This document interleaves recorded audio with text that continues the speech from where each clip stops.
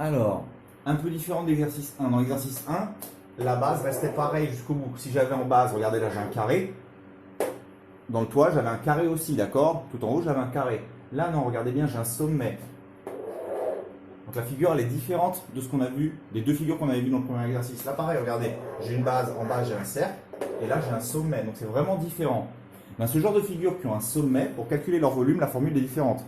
D'accord? Ça ressemble quand même, hein. Mais là, il faut faire l'aire de la base fois la hauteur, comme on a vu dans l'exercice 1.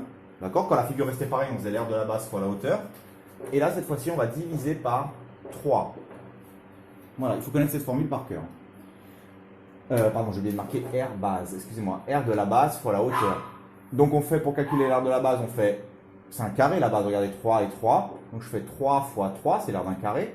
Je multiplie par la hauteur qui fait 5, et j'ai dit que je divisais par 3. Voilà la formule à connaître par cœur. Quand on a ce genre de figure, on fait l'aire de la base, on multiplie par la hauteur, et on divise par 3. Bon, et bien ça fait 15 cm3. D'accord? J'ai la même chose ici, regardez. En base, j'ai un cercle, mais au sommet, j'ai pas un cercle. Donc, je ne suis pas resté pareil.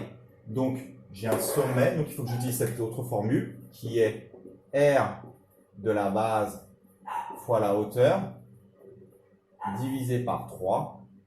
Je vous rappelle que l'aire de la base, c'est pi fois R, pi fois le rayon quand on a un cercle. Donc là, regardez, pi fois 8 fois 8. D'accord? Ça va me donner l'aire de mon cercle. Je le multiplie par ma hauteur, qui est 18. Et je divise par 3. Prenez la calculatrice, ça va vous donner, ça, si vous prenez vos calculatrices, d'accord? Ça va vous donner en tout 384 pi centimètres cubes. D'accord? Ça, c'est la valeur exacte. Donc, on a gardé le pi. Et si on veut arrondir, on appuie sur les deux flèches qui sont juste au-dessus du enter. Et là, ça va nous donner à peu près la journalialité 1206 cm3. Donc je résume, il y a deux formules à connaître. D'accord? C'est R de la base fois la hauteur.